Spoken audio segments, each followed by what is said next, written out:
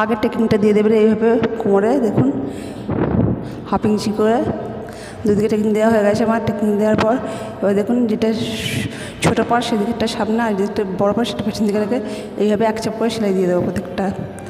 দেখুন ঠিক এইভাবে এক চাপ করে সেলাই দিয়ে দেবো। এটা হলো টুকি অথবা বাটি।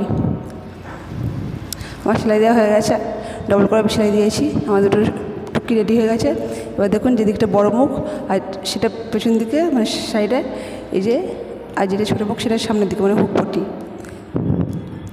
লম্বা লম্বাটা গলাটা আমি এইভাবে ঠিক সেলাই দেবো, যেভাবে সেলাই দিচ্ছি আপনারা সেইভাবে সেলাই দেবেন, দেখবেন অতি সহজে ব্লাউজ আপনার তৈরি হয়ে গেছে। প্রত্যেকটা আমি এক চাপ করে সেলাই দিচ্ছি আর ডবল সেলাই দিচ্ছি। দেখুন যেদিকটা বড়ো সেদিকটা বড়োর দিকটা রাখবো, আর যেদিকটা ছোটো সেদিকটা ছোটোর দিকটা রাখবো। আমার মোটামুটি হয়ে গেছে দেখুন। ভালো করে দেখলে অতি সহজেই আপনারা ব্লাউজটা শিখে নিতে পারবেন। আমার মোটামুটি রেডি হয়ে গেলে জোড়াটা, টুকিটা আর কাঁধটা জোড়া হয়ে গেছে আমার। এবার আমি বেল্ট করবো, মানে কোমরের নিচেটা করবো আমি। দেখুন সামনেটা দেখুন দাগে দাগে মেলাবেন যাতে সুবিধা হয়। চওড়া দিকটা সামনের দিকে রাখবেন বেল্টের, আর সরু দিকটা পেছন দিকে রাখবেন মানে সাইডে আর কি। এইভাবে সেলাই দিয়ে নেবেন। আর এই যে এখানটা আছে এখানে নিমকির মতন করে একটু মুড়ে নেবেন,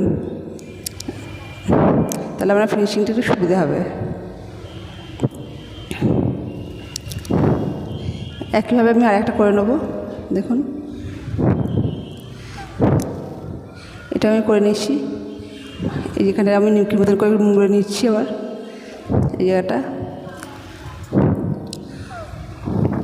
আমার জোড়া মোটামুটি হয়ে গেছে। পরের দিন আমি পটিগুলো দেখাবো। ভিডিওটা কেমন হলো অতি অবশ্যই কমেন্ট করে জানাবে আর লাইক করবে অবশ্যই। আজকের মতন ভিডিও এই পর্যন্তই। সবাই ভালো থাকবেন, সুস্থ থাকবেন, ভালো রাখবেন পরিবারকে। আজকের মতন ভিডিও পর্যন্তই। টাটা, ধন্যবাদ।